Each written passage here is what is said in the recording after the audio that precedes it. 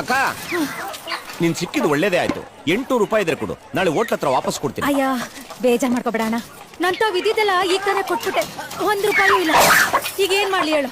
ಯಾವ್ದಕ್ಕೂ ಒಂದ್ಸರಿ ನಿನ್ನ ಆರ್ಟ್ ಬಾಕ್ಸ್ ಅಲ್ಲಿ ಐತಾ ಅಂತ ಒಂದ್ಸರಿ ನೋಡು.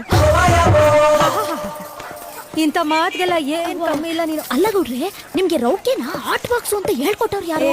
ಕೆಲವೆಲ್ಲ ನೋಡ್ ತಿಳ್ಕೋಬೇಕು, ಕೆಲವೆಲ್ಲ ಮುಟ್ಟು ತಿಳ್ಕೋಬೇಕು, ಅವಾಗ್ಲೇ ಬಿಸಿ ಗೊತ್ತಾಗುತ್ತೆ. ತಗೊಳಪ್ಪ 800 ರೂಪಾಯಿ.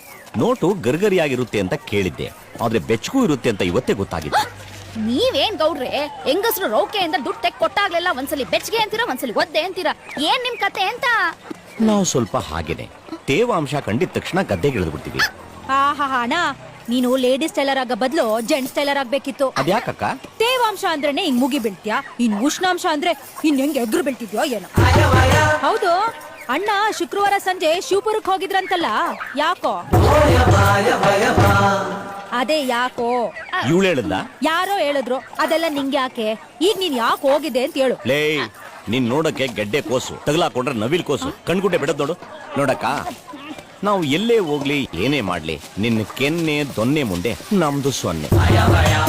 ನಿನ್ನ ಆಮೇಲೆ ವಿಚಾರಿಸ್ಕೋತೀನಿ.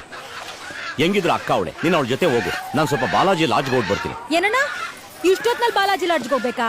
ಊನಕ ಎಳಂದೂರಿಂದ 3-4 ಜನ ಹೆಂಗಸ್ರುಗಳು ರೌಕೆ ಹೊಲ್ಸ್ಕೊಳಕ್ಕೆ ರೂಮ್ ಹಾಕೊಂಡು ನನಗೋಸ್ಕರ ಕಾಯ್ತಾವ್ರೆ. ಹೋಗಿ ಅಳತೆ ತಗೋಬೇಕು. ಅಲ್ಲ ಗೌಡ್ರೆ, ಅಳತೆ ತಗೊಳಕ್ಕೆ ನಮ್ಮ ಅಂಗಡಿಗೆ ಬರಕ್ ಹೇಳ್ಬೋದಿತ್ತಲ್ಲ. ಯಾಕೆ ಇವತ್ತು ಪಿತೃಪಕ್ಷ ಅಂಗಡಿ ತೆಗೆಯಲ್ಲ ನಿನ್ ಗೊತ್ತಿಲ್ವಾ? ಅಲ್ಲ ಅಣ್ಣ, ನಿಮ್ ಮನೇಲಿ ನೆಟ್ಟಗ್ ಪಕ್ಷ ಮಾಡಿರೋದೇ ನಾನ್ ಕಂಡಿಲ್ಲ, ಅಂಥದ್ರಲ್ಲಿ ನೀನು ಪಿತೃಪಕ್ಷನ? ಅದೇನ್ ಪಕ್ಷನೋ ಏನೋ ದೇವ್ರಿಗೆ ಗೊತ್ತು. ಇದು ಒಳ್ಳೆ ಕತೆ ಆಗೋಯ್ತಲ್ಲ. ನೋಡಕ್ಕ, ನಿಮ್ಮಿಬ್ಬರಿಗೆ ನನ್ನ ಮೇಲೆ ಏನಾದ್ರೂ ಅನುಮಾನ ಇದ್ರೆ ಬೇಕಾದ್ರೆ ಜೊತೆಲೇ ಬರ್ಬೋದು, ಇಲ್ಲ ಆಮೇಲೆ ಬೇಕಾದ್ರೂ ಬರ್ಬೋದು. ವಿಳಾಸ Balaji lodge, first floor, room number 14, non AC. ಅಣ್ಣ, ಅಳತೆ ತಗೊಳೋದಕ್ಕೆ ಟೇಪೆ ತಂದಿಲ್ಲ ನಂಗೆ ಕಾಣತ್ತೆ. ಹಾಕ್ತಾ ಇರೋದು ತೋತಾಪುರಿ ಕಟ್ಟು, ಗೇಣ್ ಲೆಕ್ಕದಲ್ಲಿ ಅಳತೆ ತಗೋತೀವಿ. इन तीनों का चेष्टा के नगे चटाकी के तरले के मीरी और एक दुनिया है, वो क्या मालूम? वो है स्वच्छ भारत. ये विचार साकष्ट लोगों को मालूम नहीं, क्योंकि ये तो अंदर की बात है. मित्रों, अंदर का मतलब वो अंदर नहीं, ये तो मन की बात है. ಅದೇನು ಅಂದ್ರೆ, ಇವ್ರು ಮಾಮೂಲಿಯಾಗಿ ಓಡಾಡೋ ದೇವಸ್ಥಾನ ಮಸೀದಿ ಬಿಟ್ರೆ ಇವ್ರದ್ದು ನಿಜವಾದ ಒಂದು ದೇವಸ್ಥಾನ ಇದೆ. ಆ ದೇವಸ್ಥಾನ ಇದೆ ರಮಾಬಾಯಿ ಅನಾಥಾಶ್ರಮ.